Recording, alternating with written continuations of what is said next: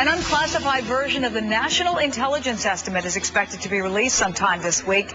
The contents, however, aren't secret anymore. The report concludes that al-Qaeda is regaining strength in its hideout along the border between Pakistan and Afghanistan, that post-9/11 efforts have not crippled the terrorist organization. Evan Kohlmann is an NBC News terrorism analyst. Good to see you, Evan. Good to see you. The National Security Advisor, Stephen Hadley, is now the person in the Bush administration to say that there's really a concern of an attack here in the United States. Just how great is the concern right now? How great should it be? Well, there is a threat, but we have to be very careful here. I think that there have been a number of events that have happened lately that have raised the antennas, and they may or may not actually be interlinked. Of course, we had the failed incidences that happened over in the UK and Glasgow and London. Those don't appear to be al-Qaeda per se. Those appear to be al-Qaeda sympathizers or would-be al-Qaeda members.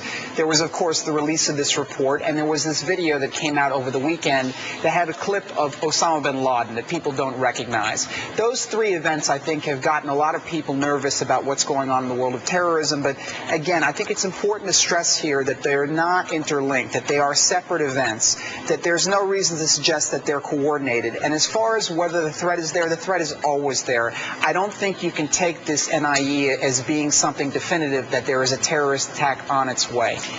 And let's talk about Osama bin Laden, because you mentioned that tape resurfaced, although it's believed to be years old, maybe 5 years old. We haven't heard from him in more than a year. What do we make of that? Well, you know, it may be nothing. The last time we heard from him was actually this time last year, and there have been periods of time before where bin Laden has disappeared.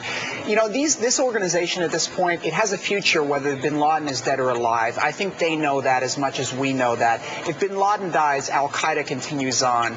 I think if bin Laden was really dead at this point, al-Qaeda would benefit from declaring that and showing its openness. When Abu Musab al-Zarqawi was killed by the U.S. military in Iraq, the al-Qaeda leader in Iraq, they immediately announced that, immediately, within hours. So again, I think if bin Laden is dead, we would know that by now. I think we have to assume he is still alive. All right, whether he's alive or dead, one of the things this intelligence report does say, again, is that al-Qaeda is regaining strength along that border between Afghanistan and Pakistan.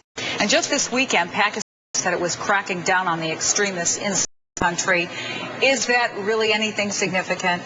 Well, let's hope so. Pakistan has been a major focus of al-Qaeda activity for years now. There are terrorist cells from the United Kingdom and elsewhere that have gone to Pakistan, that have obtained training there, that have come back and have launched terrorist attacks. Look at July 7th bombings. That's exactly what happened. You know, it's a shame that there's so much focus being paid right now to Iran, where it's really Pakistan that's the real problem with terrorism.